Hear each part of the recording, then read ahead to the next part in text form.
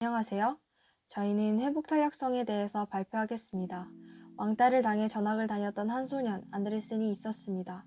그는 못생김의 조롱을 미운 오리 새끼라는 책으로 가난의 고통을 성냥팔이 소녀라는 책으로 바꿨습니다. 또 다른 한 사람, 세계적인 과학자이자 탐험가였던 이상무 교수는 미국 땅에서 전복 사고를 당해 전신마비가 되었지만 그럼에도 불구하고 활발히 정부활동을 전개해 그는 세계적으로 주목받는 학자가 되었습니다. 이 두 사람의 공통점은 무엇일까요? 그것은 바로 회복 탄력성이 높다는 점입니다. 회복 탄력성은 1954년부터 40년간 에미 워너에 의해 이루어진 하와이 카우아이 섬 종단 연구에 의해 발견돼 명명되었습니다.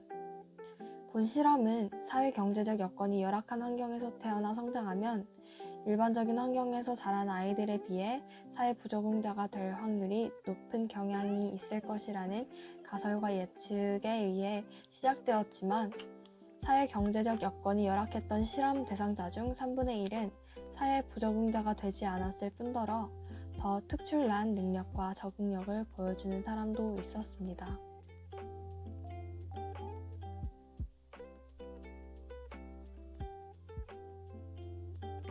그렇다면 이들의 공통점은 어린 시절 그들의 입장을 무조건적으로 들어주는 어른 한 명은 있었으며 이 지지자를 통해 자아 존중감과 긍정성, 대인관계 능력을 배워 역경을 잘 이겨낼 수 있는 공통된 속성을 가지고 있었다는 것입니다.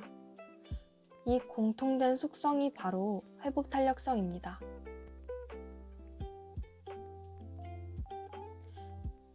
이 성경 말씀에도 적혀 있듯이 우리를 사랑하는 이의 존재가 얼마나 중요한지 알 수 있습니다. 그렇다면 회복 탄력성을 측정할 수 있는 방법은 무엇이 있을까요? 우리나라에서 회복 탄력성을 측정하는 방법은 기존에 있었던 검사 방법을 보완한 한국형 KRQ53 테스트와 청소년용 테스트인 YKRQ27 두 가지가 있습니다. 테스트는 회복 탄력성의 요소인 자기조절 능력과 대인관계 능력, 긍정성으로 이루어져 있다고 볼 수 있습니다. 각 부분별로 점수를 나누어 보면 다음 표와 같습니다. 이제 회복 탄력성을 구성하는 첫 번째 요소, 자기조절 능력에 대해 알아보겠습니다. 자기조절 능력이란 스스로의 감정을 인식하고 조절하는 능력입니다.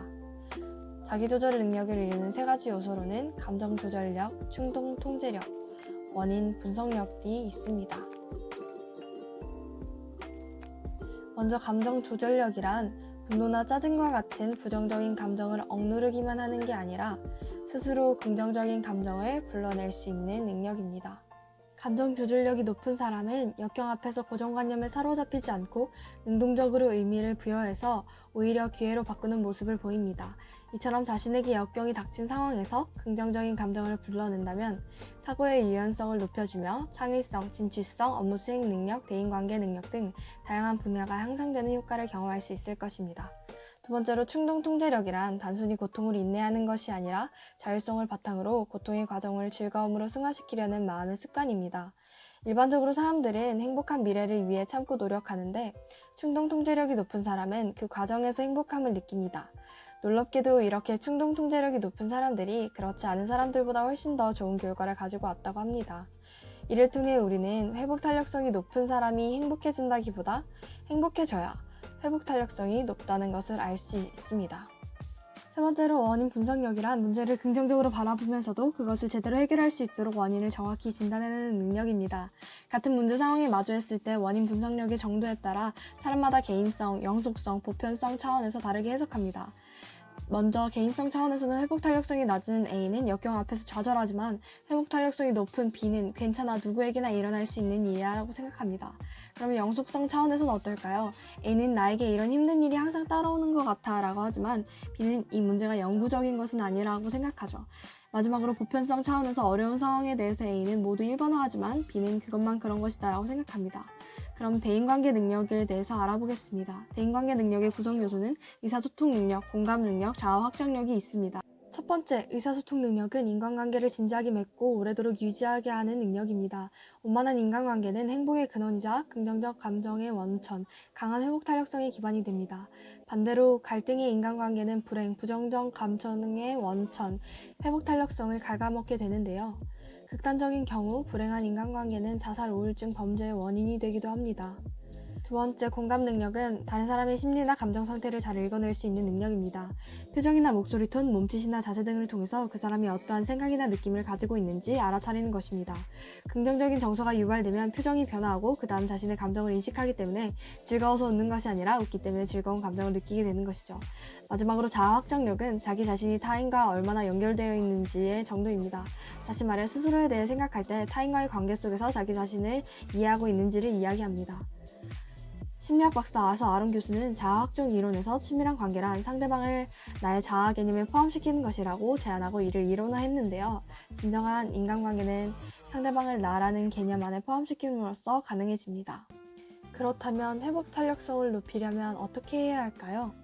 앞서 말했듯이 강한 회복 탄력성을 가지려면 결국 자기 조절 능력과 대인 관계 능력을 길러야 하는데 이 두 가지를 모두 길러주는 것이 바로 긍정적 정서입니다. 긍정적 정서, 곧 긍정적인 뇌를 가져야 스스로 행복해짐으로써 자기 조절 능력이 향상되고 그 행복을 타인에게 나누어 줌으로써 대인 관계 능력을 향상시켜 회복 탄력성을 높일 수 있게 됩니다.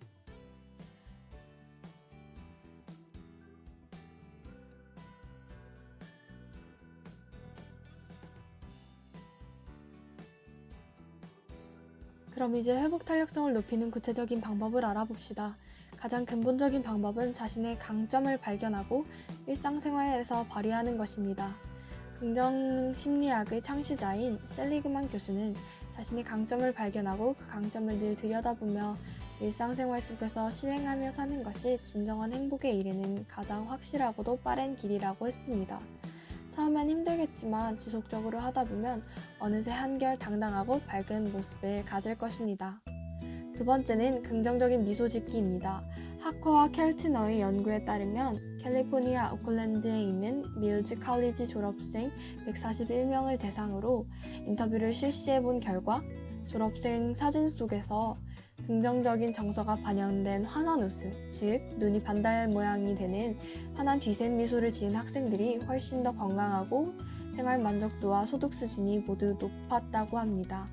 따라서 매일 자기 전에 거울 앞에 서서 환하게 웃는 모습을 연습해 보세요. 웃는 연습만으로도 훨씬 더 만족스러운 삶을 살 수 있습니다. 세 번째는 감사하기입니다.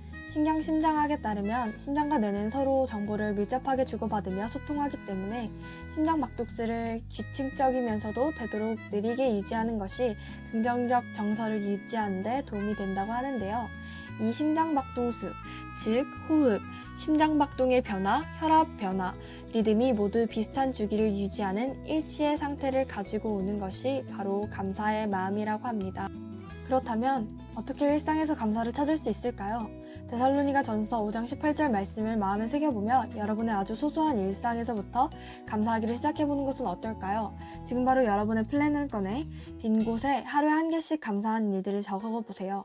그리고 점차 개수를 늘리며 작성하다 보면 하루를 되돌아보는 시간도 갖게 되어 사소한 것에도 감사를 표할 수 있는 여러분이 될 것입니다. 마지막으로는 운동하기입니다. 하버드대학 정신과 의사 존 레티는 운동이 집중력과 침착성은 높이고 충동성은 낮춰 우울증 치료제를 복용하는 것과 비슷한 효과가 있다고 말했습니다.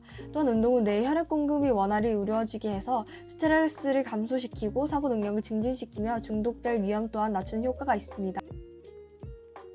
우리가 준비한 내용은 다 이해하셨나요? 이해하셨으면 손뼉 짝짝!